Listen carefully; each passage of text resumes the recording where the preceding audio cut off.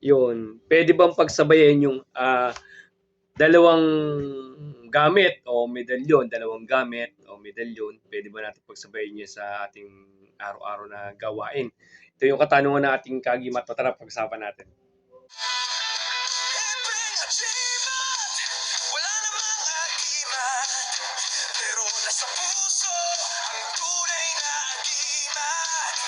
Isigaw mo bro, ang lakas ng loob. Kahit walang agimat, laban tayo. Hepeng agimat, boy, walang makakahadlang.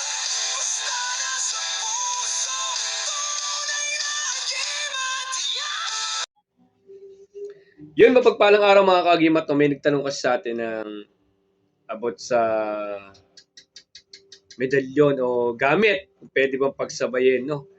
Ang dalawang gamit, no? Ang katanungan nito ay si Kuya. Ito ang kanyang katanungan. Ayan. Sa katanungan ni Kuya about sa gamit kasi, no? Kung ako ang tatanungin niyo po kasi as sa Team Happy Agimat, no? Papalaro lang po, no?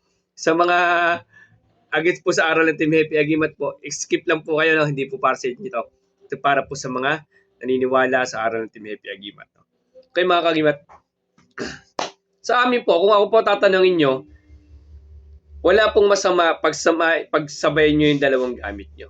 No? O, sa aral, magkakaiba po kasi ng aral yan. May mga aral na hindi mo pwede pagsabay-sabayin. Merong aral naman na pwede pagsabay-sabayin. At meron pong aral na nakaiwalay po yung mga mutya sa tansuan, sa mga medalyon. Magkahiwalay po. Kumbaga,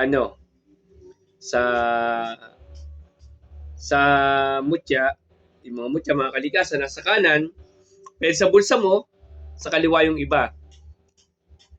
Sa medal, sabi nga nila, ay huwag mo rin pagsamahin yung mutya at saka yung medalyon. Yun yung mga history po, no? Sa ating Encantadores tsaka yung tawag dito, sa medalyon, okay?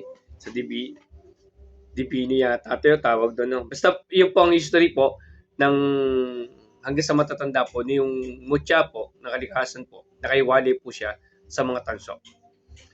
Kung kayo may nagbubulsa, nasa kanan yung tansuan, nasa kaliwa yung Kung dito kasi, pagsasamahin mo yung tanso, tsaka po yung mutya is medyo, yun nga, alangan po. Pero kung ako po tatanungin nyo, at pag nabinyagan ko po yan sa tatlong persona, is hindi po magiging bawal sa akin kahit pagsamahin ko po yan. Yun po pamamaraan ko. Kung aral nyo po ipamamaraan po ng iba, kung ano po ituro ng mentor nyo, yun po sundin nyo.